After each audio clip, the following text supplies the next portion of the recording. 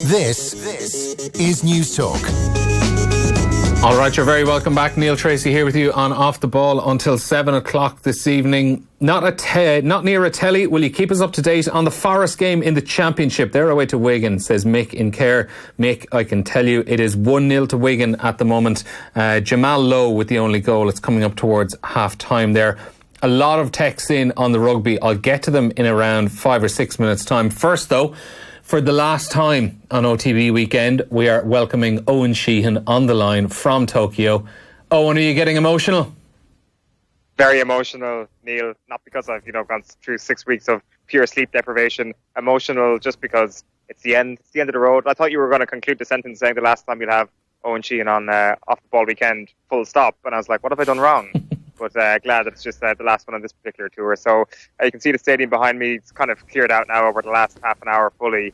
Japan losing at long last. They've finally gone down, finally gone out of their own World Cup against the Springboks. But the first thing to kind of get out of the way from an Irish perspective is that the Springboks also would have hammered Ireland with that performance last night as well. So that's one massive consolation we can take away from this week. Well, there would have been a consolation to get less of a hammering than we did yesterday.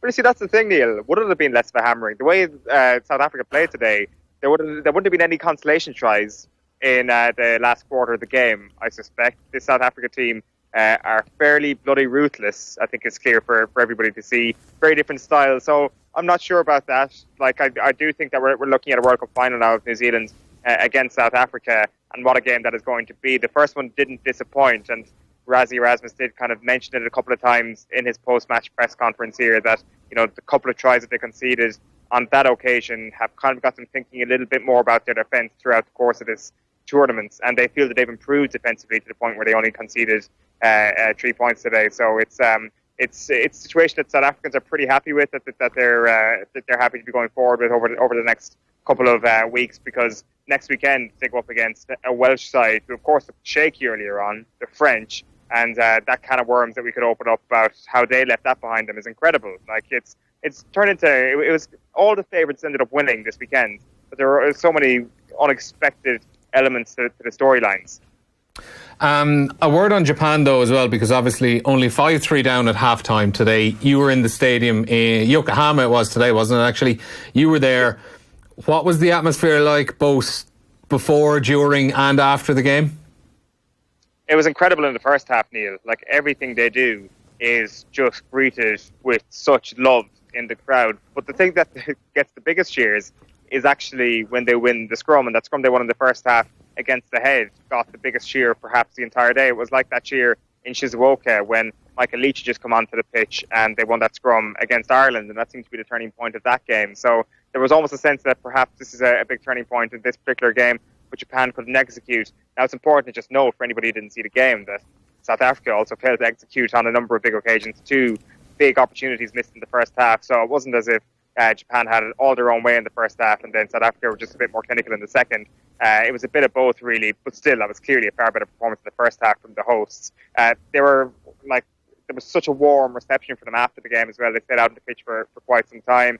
It's becoming a bit of a routine now where there's like rounds of applause and press conferences at this point, but Michael Leach and Jamie Joseph were given rounds of applause as they left the press room today. So there's a lot of love to go around for this Japanese team. The question is, and perhaps this is a conversation for another day, is the legacy of this. Where do Japan rugby go from here? Erasmus was asked about that, like, should they be entered into the Rugby Championship? And he was like, well, I don't know about that logistically, that sort of thing. You might need to ask somebody else. But it's definitely going to be a conversation that's going to be had. You'd imagine there's talks of a 7 nations coming in, with Japan perhaps being nation number 7. I'm not sure that might just be a bit of a logistical step too far. But something has to be kind of looked at here in terms of the future of Japanese rugby, because there's every chance, unfortunately, that this is the peak. We have just witnessed the peak because every country gets its house in order for their own home World Cup. But perhaps World Rugby could give a bit of a helping hand in terms of making sure this is not the end. Yeah, that's actually interesting enough you say there, like Rassie Erasmus is saying he's not sure logistically how it would work with Japan going into the Rugby Championship.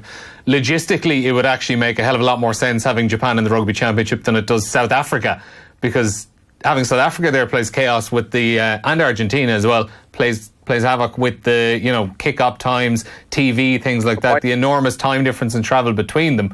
like logistically, it probably does make a little bit more sense having Japan in there. Yeah, kick South Africa out and put them into the Six Nations and put Japan into the Rugby Championship. Yeah, Just be done with it. I mean, if you're going to tear up the playbook completely. Yeah, like you'd forget about that actually, just how geographically close they are. Like there's some New Zealand pundits who've actually flown home for a couple of days because of their called off game last weekend, and then just tipped back up to Japan for this weekend to watch the Amoros yesterday. So yeah, like I'm sure he kind of means in terms of actually kind of reevaluating things in terms of tearing it up and making it a 5-team tournament. That being said, I mean, they went 3, like kind of de-establishing the Tri-Nation seemed like such a radical idea at the time. Is adding Argentina in any more or less radical than adding Japan in? I wouldn't say it's too far away, but I think you can probably make comparisons actually between those two countries in terms of Argentina perhaps being the underdog story of the last World Cup, Japan certainly the underdog story of this World Cup. They brought so much to it. The style of play has been outrageous. Like, I mean, one of the first things they do today is a crossfield kick inside their own 22, which is just like lunacy really when you think about it in any other way. But it's not lunacy when you think about the success they've had in that regard. And they've been a breath of fresh air to watch and to cover at times in this tournament. And their fans as well have been amazing. The noise in there tonight was exceptional for a huge swathe of that first half. Yeah, and I think the frustration as well, like in terms of legacy and what they do from here, is that they're not going to have a team in Super Rugby next season after the Sunwolves were asked to leave, politely, I think is the way of putting it. On the atmosphere and the ground, I had a text from someone who I know was over there, and he was saying there are probably twice as many Ireland jerseys in the crowd there in Yokohama as there were Japanese ones. I think it probably just sums up the frustrations that Ireland have had over the last few weeks, that not only were we beaten yesterday, we had an enormous crowd of supporters at the quarter-final we thought we were going to be going to.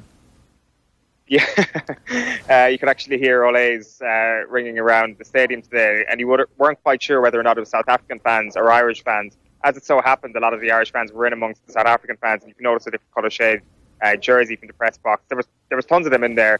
Probably people who've gone to both games, perhaps who had both tickets set for both quarterfinals, and perhaps a few sore heads after perhaps drowning the sorrows last night after what happened yesterday. So yeah, I guess that does kind of sum things up. To be fair, I do think most people managed to get swaps for themselves after the Japanese realised that tonight was a hugely important game from a competitive level, and then also, I mean, the Irish fans trying to get their tickets for last night. So I think it worked out okay in the end for our supporters, except for obviously the result yesterday.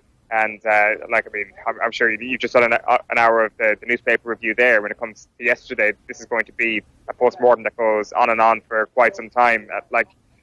There will be, like, as I say, if you want to put today into some sort of Irish angle, it is the sort of pointless conversation you can almost have about whether or not they would have fared better today than they would have yesterday.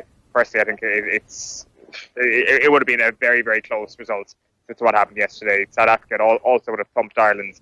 And then perhaps actually when you're looking more closer to home, you're looking at perhaps Wales-France earlier on today, that France really, if you want to get like personal, like Fahan Mahina will be thinking to himself, he cost France a place in a World Cup semi-final, a team that should be World Cup semi-finalists who Ireland beat comfortably in this calendar year when we were supposedly crap. So like there's a lot going on around your head as somebody who follows Irish rugby closely today, I'm sure, and it's like looking at different outcomes, looking at different performances and how teams compete for this World Cup.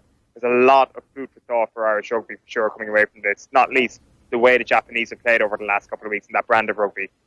So right on, you're back on the plane tomorrow. You're going to be back in Dublin in the next couple of days. You've one last dispatch, I think, tomorrow morning on OTB AM, is it, before you catch your flight? That's it, exactly, yeah. Flight tomorrow evening, Tokyo time. So one more dispatch on AM tomorrow. Well, we'll probably just chew the fat with the Monday newspapers a little bit more, wallow in the misery of Ireland's defeat yesterday. So just, yeah, it wouldn't be a Rugby World Cup without ending it on a sour note. So that's what we're going to do tomorrow morning. And then when are you actually back in the office, getting back to work after the dossing you've been doing for the last 4 weeks or so?